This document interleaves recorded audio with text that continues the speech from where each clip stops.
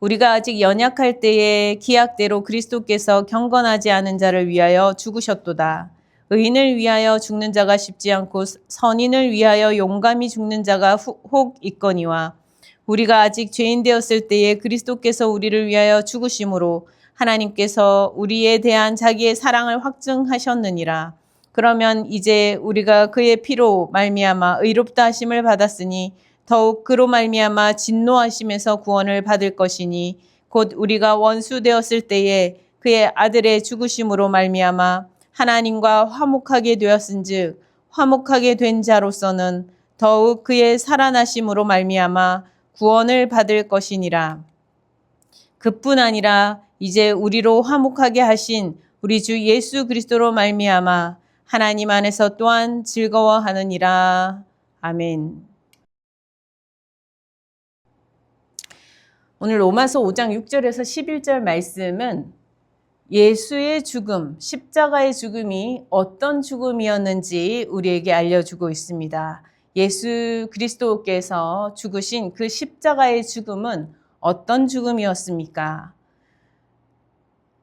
예수 그리스도의 십자가의 죽음은 우리를 위하여 죽으신 죽음입니다. 8절에 보니까 그리스도께서 우리를 위하여 죽으심으로 라고 기록하고 있습니다. 우리를 위하여 죽으신 희생 죽음이지요. 대신하여 죽으신 죽음이라 하겠습니다. 우리가 죄인으로서 죽을 수밖에 없는 죽음으로 값을 지불해야 하는 그 죄의 대가를 대신 지불하여 주신 우리를 위하여 죽으신 죽음이라 하겠습니다. 희생의 죽음입니다.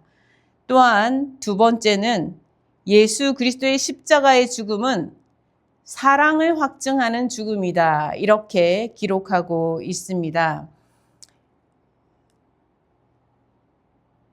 8절에 보니까 우리를 위하여 죽으심으로 그 이후에 하나님께서 우리에 대한 자기의 사랑을 확증하셨다. 이렇게 기록하고 있습니다. 우리에 대한 자기의 사랑을 어떻게 확증하셨습니까? 우리가 의롭거나 우리가 착하거나 선하거나 우리가 그 어떤 우리를 대신 죽어주실 만한 어떤 대단한 우리가 값을 가지고 있어서 우리가 그럴 만한 가치를 우리는 보여주었기 때문에 우리를 대신하여 죽으셨다는 것이 아니라 우리가 값이 없고 우리가 지불할 값이 없고 우리는 그만한 가치를 보여드리지 못한 연약하고 죄인된 가운데에서 하나님께서 우리를 대신하여 죽으셨다. 이것은 그저 사랑이라는 것입니다.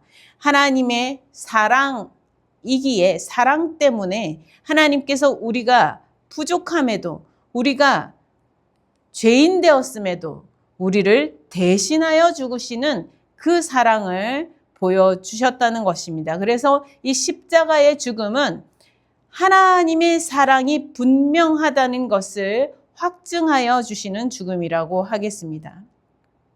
세 번째는 죄의 값을 지불하여 주신 구원하시는 죽음입니다.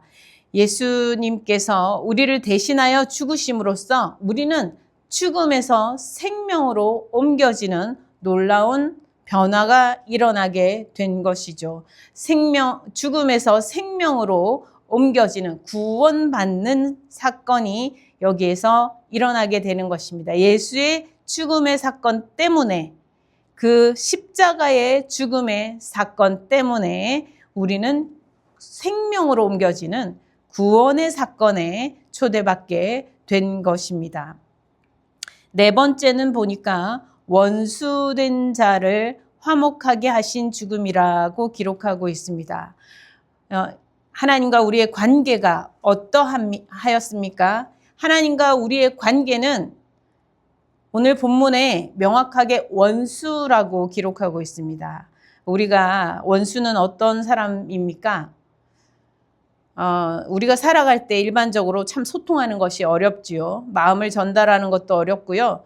우리가 무슨 말을 하면 내가 원하는 그 의도는 잘 완벽하게 전달이 되지 않고 다른 의미로 전달되거나 그렇게 해석되어 버리는 일들이 종종 일어나곤 합니다. 그래서 이 언어는 우리가 나는 너무나도 당연하게 전달했다라고 내가 말하면서 생각하고 또 글로서 표기하면서 내가 전달을 했다라고 생각을 하지만 듣는 사람 입장은 다른 입장이기에 그 과정 가운데 해석의 과정이 발생할 수밖에 없게 되고, 그러면서 그 소통이라는 것이 이 처음에 말한 사람, 글을 쓴 사람의 원하는 대로 되지 않는 일들이 발생한다는 것입니다. 아니, 심지어는 원하는 그 소통을 결국은 할 수 없는 간극이 있다라고 이야기합니다. 우리가 말과 그 글과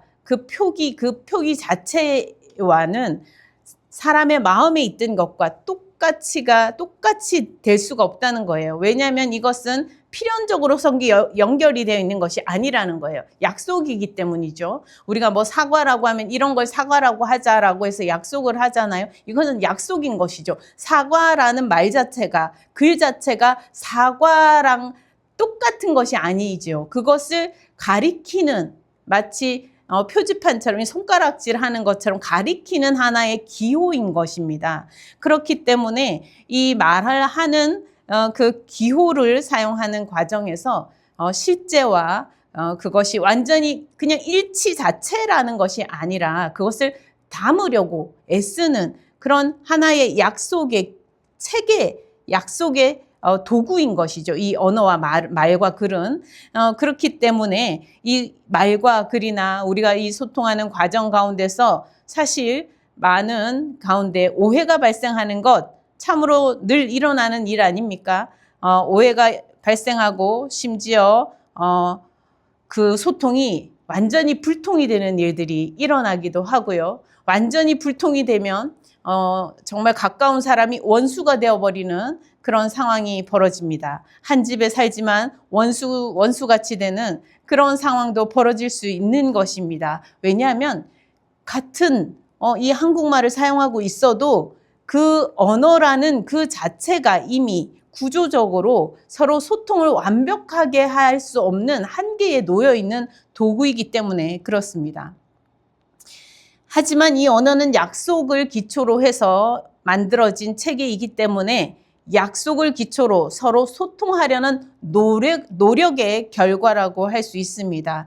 그렇기 때문에 이 언어가 충분하고 완전할 수 없는 그 한계 아래에 놓여 있음에도 불구하고 우리는 소통의 과정을 만들어갈 수 있고 소통을 하려는 그러한 일들이 일어날 수 있는 것입니다. 바벨탑에서 보면은 바벨탑 사건을 보면은 사람들이 막 소통을 하잖아요. 그런데 막 욕심으로 마치 신에게까지 이르고자 하는 그 욕심을 향하여 모두가 함께 달려가다 보니까 나중에는 소통이 불통이 되어버리죠. 처음에는 하나의 언어로 사용하면서 잘 소통이 되었습니다.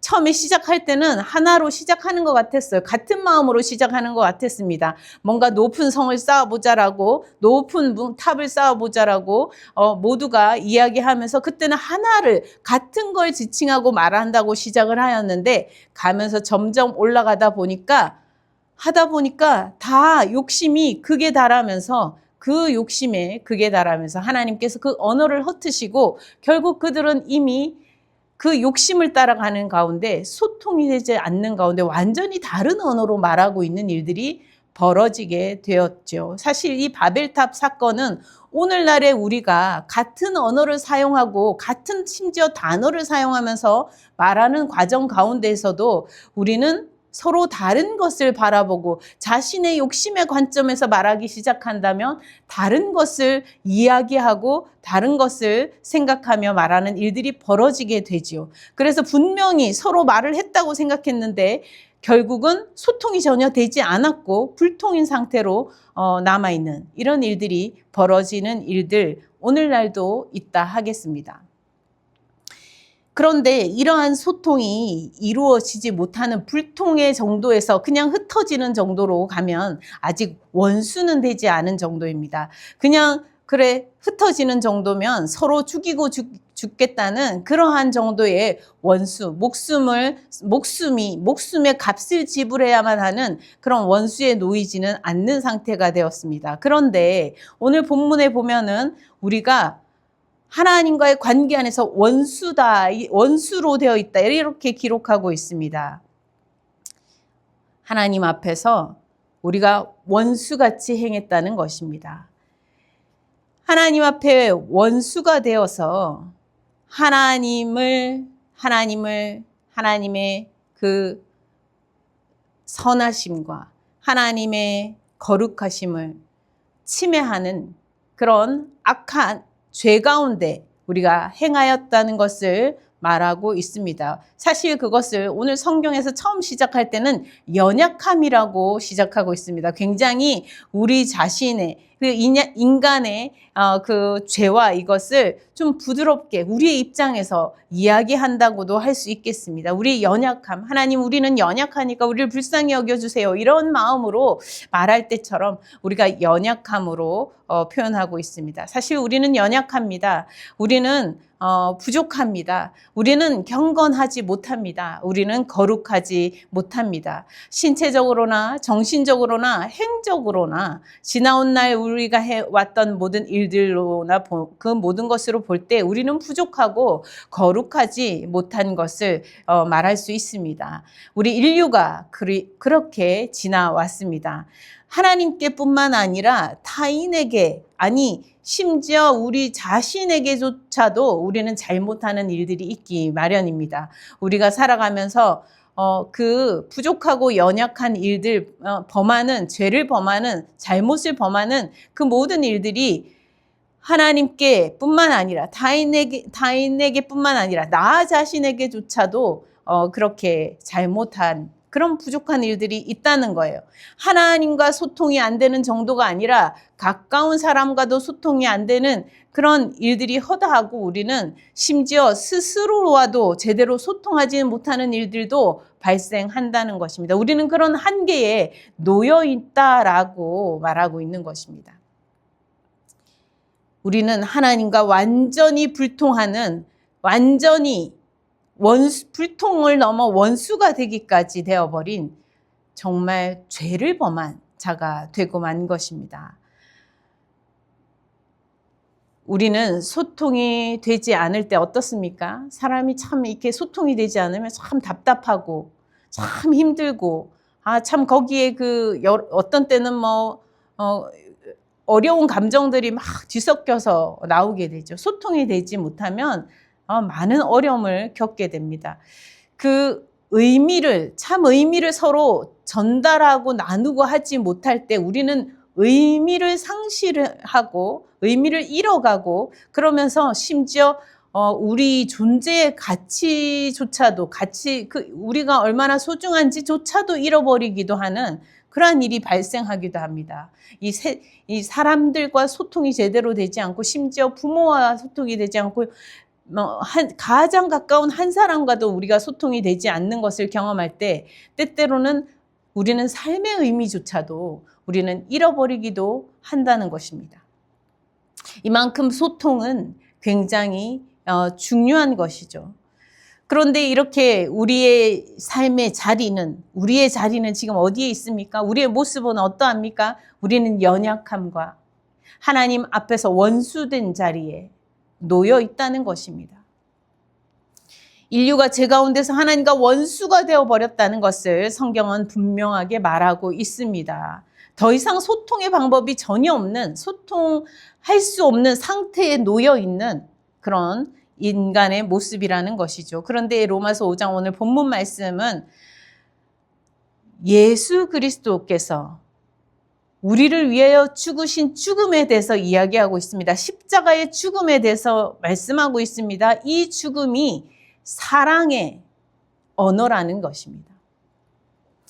우리를 위하여 사랑이 주어졌다라고 선언하고 있습니다.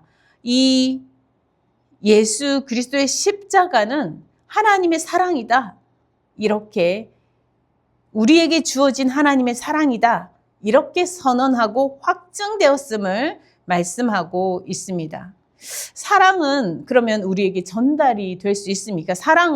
사랑이라는 것은 우리가 말을 하거나 어떻게 할 때 사랑이라는 것을 전할 수 있습니까? 여러분 사랑을 받아 보았습니까?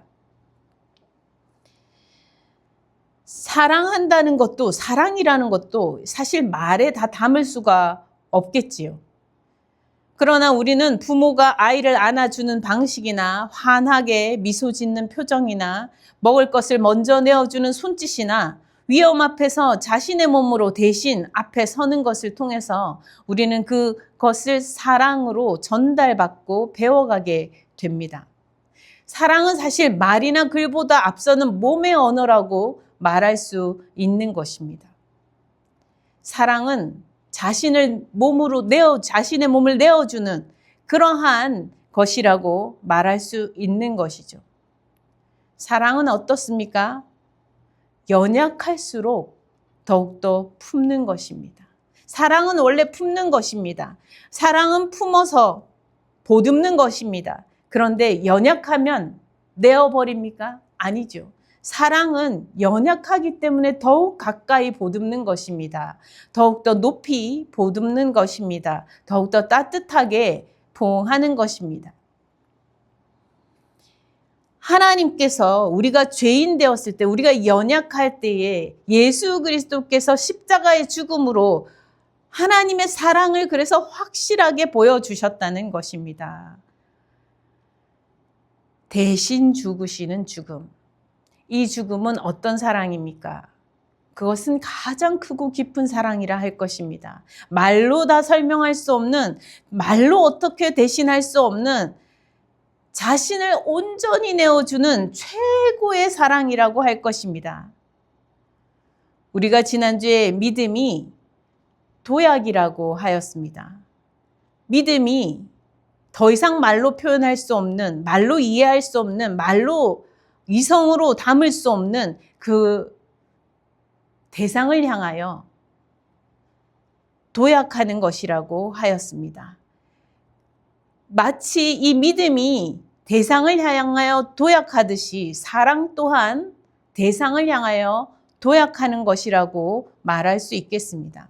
사랑은 대상을 품는 것이고 보듬는 것인 동시에 상대방에게 자신을 내어준다는 의미에서, 자신을 내어 던진다는 의미에서, 상대방을 향하여, 상대방을 위하여 자신을 내어 던진다는 의미에서 도약이라고 할 수 있겠습니다.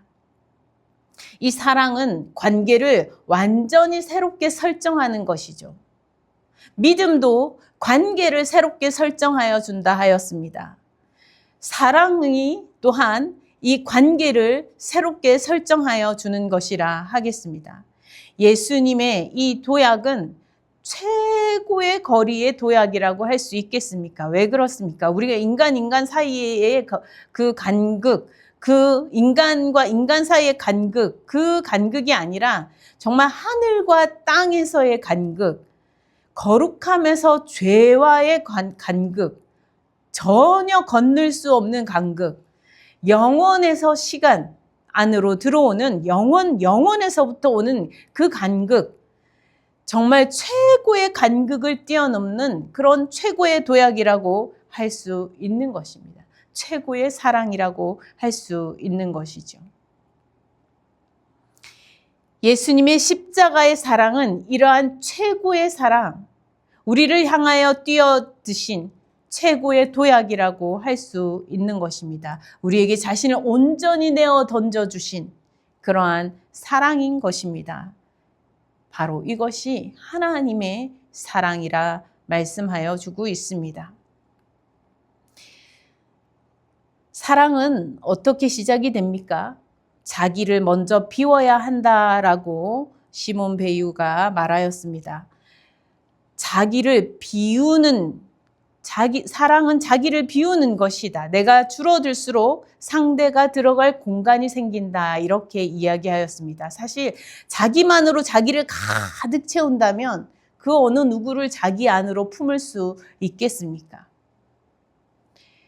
자기 안에 자기를 비워내고 거기에 상대방을 들여놓을 때에 비로소 상대방을 품을 수 있는 것입니다. 자기를 비우기 전에는 상대방을 들여놓을 수가 없는 것입니다. 자기 비움은 자기를 부인하는 거예요. 자기를 부인함으로써 상대방을 사랑할 수 있게 되는 것입니다. 자기를 전혀 비우지 않고 나로 내가 채우고 싶은 것을 마음껏 다 채우고서 내가 누군가를 사랑할 것이라고 말하는 것은 그것은 그저 말뿐인 것입니다. 진정한 사랑이 될 수 없는 것이죠. 사랑은 자기를 먼저 비워내고서 다른 상대를 품음으로써 그 상대를 위하여 자신을 완전히 던져줌으로써 그래서 헌신하고 희생함으로써 사랑이 되어 가는 것입니다.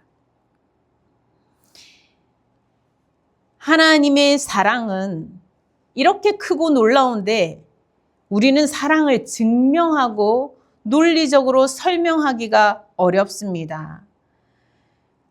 발타자르가 이렇게 말했습니다. 하나님의 사랑은 그 자체로 증명할 수 없다. 사랑은 오직 사랑으로만 응답받을 수 있기 때문이다. 이렇게 말했습니다. 사랑은 사랑하는 자가 사랑을 가지고 있으나 그 사랑을 증명할 수 없고 그것은 왜냐하면 설명으로 이해되는 것이 아니라는 말을 하는 것입니다. 그런데 오직 받는 사람이 이게 사랑이구나 라고 받기 시작할 때에 그제서야 사랑임을 알게 된다는 것입니다. 사랑임을 받아들이는 그 순간 사랑으로 그래서 나도 사랑합니다 라고 응답하며 나아가려고 하는 그 순간 오직 사랑으로서만 사랑은 증명되고 나타난다는 것입니다.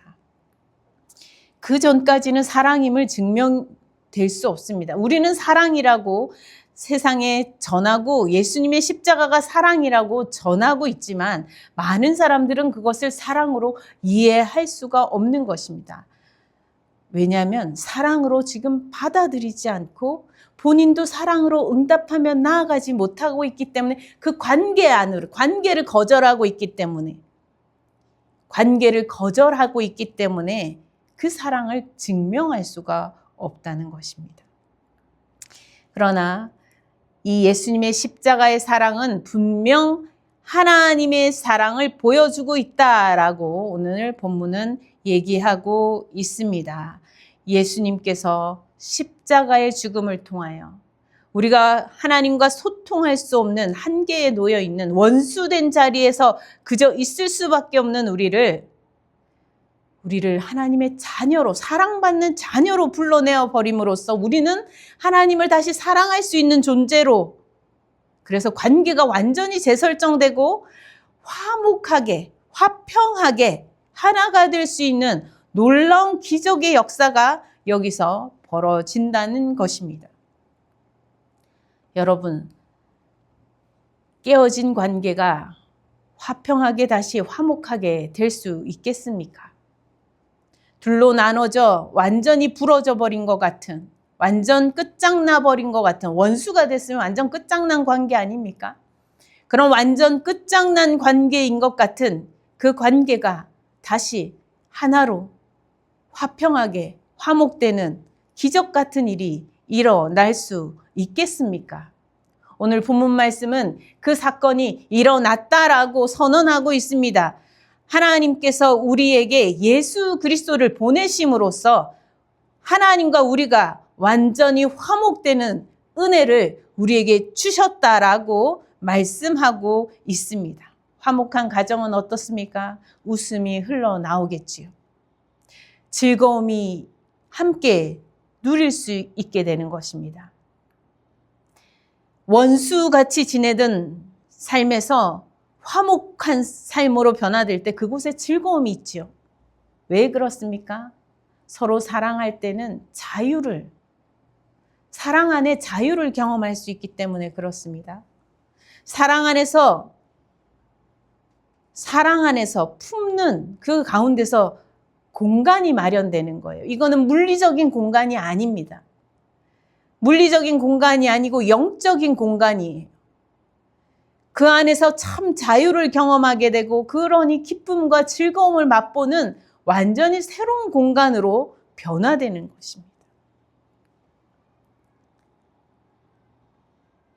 우리 인류는 소통의 한계 가운데 놓여 있습니다. 이 언어가 굉장히 발달해 왔음에도 불구하고 우리는 여전히 이 언어 자체도 이미 소통의 한계를 가져올 수밖에 없는 구조 가운데 놓여 있습니다. 왜냐하면 기호랑 이 말과 그 뜻하는 것이 이게 그저 일치가 아니고 그냥 가리키고 있는 것이기 때문입니다. 무엇을 가리키는지는 말하는 사람과 듣는 사람이 다를 수밖에 없기 때문에 그렇습니다. 우리는 소통의 어려움을 겪으며 살아가고 있습니다. 이 어려움이 너무나 처절한 우리 삶의 자리입니다, 사실은. 너무나 처절한 우리의 삶의 자리가 되어서 우리는 원수된 삶을 향하여 달려가고 있다는 거예요. 원수된 삶의 자리에 놓여 있다는 것입니다. 그런데 주님의 십자가의 죽음, 이 구원의 사건을 통하여서 우리는 관계가 완전히 사랑 안에서 새롭게 재설정되는, 하나님의 확실한 사랑 안에서 우리 관계가 완전히 재설정되는 놀라운 기적을 맛본다는 것입니다. 우리 현대인들은 사실 이 소통의 어려움을 다 이해하면서 살아가고 있습니다. 그래서 사실 때때로 많은 말을 하면서도 그 소통이 되지 않는 것을 알고 있지 않습니까? 조금이라도 오해를 만들지 않기 위해서 그래서 더 노력하고 애써야 하기도 합니다. 우리가 불통되었던 것을 다시 바로잡기 위해서 다시 노력하는 과정들이 필요한 것이죠. 왜냐하면 우리가 그 한계 아래 놓여 있다는 것을 인정하는 것입니다. 인정하는 것은 때때로 용기가 필요하지요. 내가 부족하고 연약하다는 것, 내가 한계 아래 놓여 있다는 걸 인정하는 것이 때때로는 부끄럽고 아니 수치스럽고 아니 모욕스럽고 굴욕스럽게 느껴져서 인정하기 싫어서 우리는 발버둥 치다가 점점 더 불통으로 나가는 일들이 흔하게 일어납니다. 소통을 아예 하려고 하지 않는, 같은 언어를 쓰고 있고 같은 단어를 사용하고 있음에도 불구하고 마음이 딴 데 있어요. 아예 소통을 거절하고서 나는 충분히 말했다. 왜 못 알아듣는 건 네 책임이다. 이렇게 서로 원수가 되어 가려고 작정하는 길을 달려가고 있는 삶을 살아가고 있는 것을 우리가 때때로 경험하게 됩니다. 그래서 우리는 고독하기도 하고요. 마음이 때때로 무너지는 것 같고 고통스러울 때도 있고요. 모든 의미가 사라져버릴 것 같은 두려움에 떨기도 하고요. 그러나 우리의 모든 것을 이미 말하기 전에 알고 계신 분이 계시지 않습니까? 모든 것을 너무나 온전하게 아시는 분이 계십니다. 하나님께서. 아니, 우리가 말하기 전에, 우리가 심지어 생각하기도 전부터 우리의 모든 것을 알고 계십니다. 그러니 우리가 하나님께 나아가 이야기하는 것을 즐겨 한다면, 하나님께 나아갈 때 하나님께서 우리의 이야기를 이끌어 주셔서, 우리도 심지어 우리 자신을 이해를 못할 때가 있잖아요. 내가 왜 이렇게 했지? 내가 왜 이렇게 살고 있지? 옆에 사람을 이해 못하는 건 당연하고 내 자신도 이해가 안 돼서 어려움을 겪을 때가 많잖아요. 하나님, 제가 왜 이러는지 모르겠습니다. 하나님 앞에 나아가 이야기할 때에 하나님께서 우리의 언어들을 이끌어가 주신다는 거예요. 참된 언어, 참된 의미가 담길 수 있는 언어로 조금씩 이끌어 주셔서 하나님과 소통되고, 내가 내 자신과 다시 소통되고, 내가 옆 사람과 소통되고, 내가 여러 사람들과 공동체와 소통되는, 사회와 소통될 수 있는 그러한 길로 나아갈 수 있도록 이끌어 주신다는 것입니다. 하나님과 화목하는 자는 이러한 복을 누립니다. 하나님 앞에 나아가 하나님과 이야기하기 시작하고, 하나님과 가까운 관계 안에서 우리가 주님과 소통하기 시작할 때에 우리는 거기에서 진정한 자유, 진정한 평안을 누리게 됩니다. 그래서 어거스틴이 하나님 앞에 나가기 전까지는 그 어떤 것으로도 평안을 누릴 수 없음을 이야기하죠. 하나님께 나아갔을 때만, 하나님 안에서만 참 평안을, 참 기쁨을, 참 즐거움을 맛봅니다 라고 고백하지 않습니까?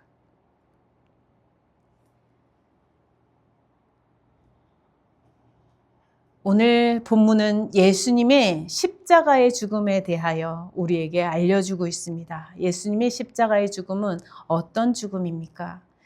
오늘 십자가의 죽음, 예수님의 죽음은 하나님의 사랑을 확증하여 주시면서 우리를 화목의 관계로 초대하여 주시는 그런 구원의, 희생의 죽음이신 것입니다. 오늘 이 십자가의 죽음을 묵상하면서 우리가 사순절 한 주간을 지내는 우리 한 주간이 될 수 있기를 바랍니다. 함께 기도하시겠습니다. 하나님 아버지, 우리는 이 땅에서 소통되지 못하는 어려움을 겪고 있습니다. 또 잘못 말하여 소통을 더 엉키게 하는 일들도 많습니다. 주님, 우리를 불쌍히 여겨 주옵소서. 우리가 말하기 전에 이미 우리를 알고 계시며 생각만 하여도 우리의 마음을 아시며 우리의 모든 형편과 처지를 온전히 알아주시는 하나님 아버지,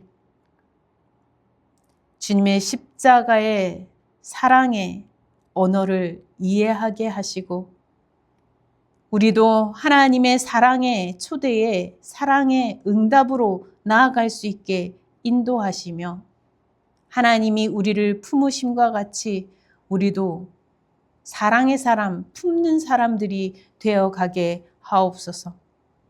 우리 자신을 덜어내고 비워내기가 참으로 어렵습니다.